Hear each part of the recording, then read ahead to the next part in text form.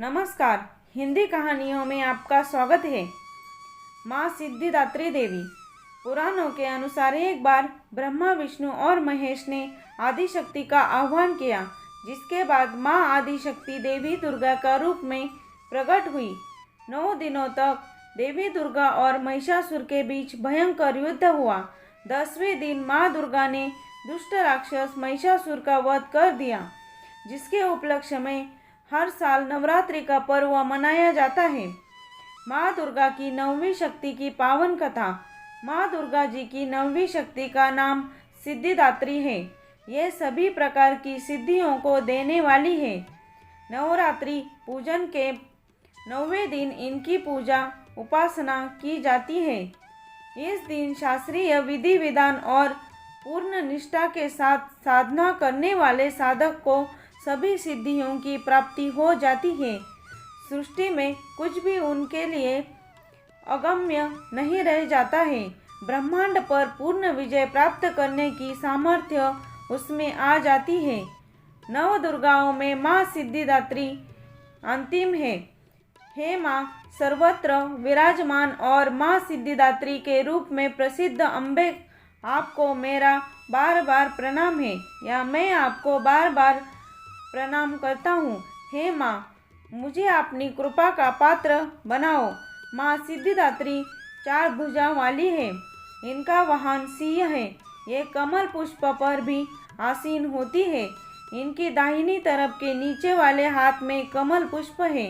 माँ सिद्धिदात्री भक्तों और साधकों को ये सभी सिद्धियाँ प्रदान करने में समर्थ है।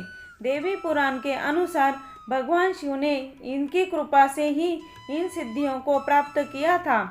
इनकी अनुकंपा से ही भगवान शिव का आधा शरीर देवी का हुआ था। इसी कारण वे लोक में अर्धनारीश्वर नाम से प्रसिद्ध हुए। प्रत्येक मनुष्य का यह कर्तव्य है कि वह माँ सिद्धिदात्री की कृपा प्राप्त करने का निरंतर प्रयत्न करे, उनकी आराधना की ओर अग्रसर हो। इनकी कृपा से अनंत दुख रूप संसार में निर्लिप्त रहकर सारे सुखों का भोग करता हुआ वह मोक्ष को प्राप्त कर सकता है। सिद्धिदात्री माँ के कृपा पात्र भक्त के भीतर कोई भी ऐसी कामना शेष बचती नहीं है जिसे वह पूर्ण करना चाहे। वह सभी सांसारिक इच्छाओं, आवश्यकताओं और स्पृहाओं से ऊपर उठकर मानसिक रूप से माँ भगवती के दिव्य लोकों में विवरण करता हुआ उनके कृपा रस पीयूष का निरंतर पान करता हुआ विषय भोग शून्य हो जाता है। माँ भगवती का परम सानिध्य ही उनका सर्वस्व हो जाता है। इस परम पद को पाने के बाद उसे अन्य किसी भी वस्तु की आवश्यकता नहीं रह जाती है। माँ के चरणों का यह सानिध्य प्राप्त करने के लिए नियमनिष्ठ रहकर उनकी उपासना करनी चाहिए। माँ भगवती का स्मरण, ध्यान, पूज्य हमें इस संसार की असारता का बोध करते हुए वास्तविक परम शांतिदायक अमृत पद की ओर ले जाने वाला है। आज के युग में इतना कठिन तप जो कोई भी करता है वह माँ की कृपा का पात्र बनता ही है। अन्य 8 दुर्गाओं की पूजा उपासना शास्त्रीय विधि विधान के अनुसार करते हुए भक्त दुर्गा पूजा के 9वें दिन इनकी उपासना में प्रवृत्त होते हैं।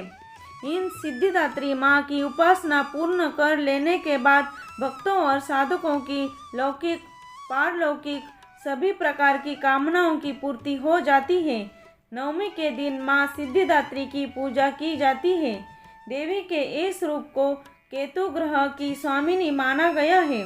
जो जातक 9वें के दिन माँ सिद्धिदात्री की पूजा अर्चना करते हैं उनके जीवन के केतु का दोष हट जाता है।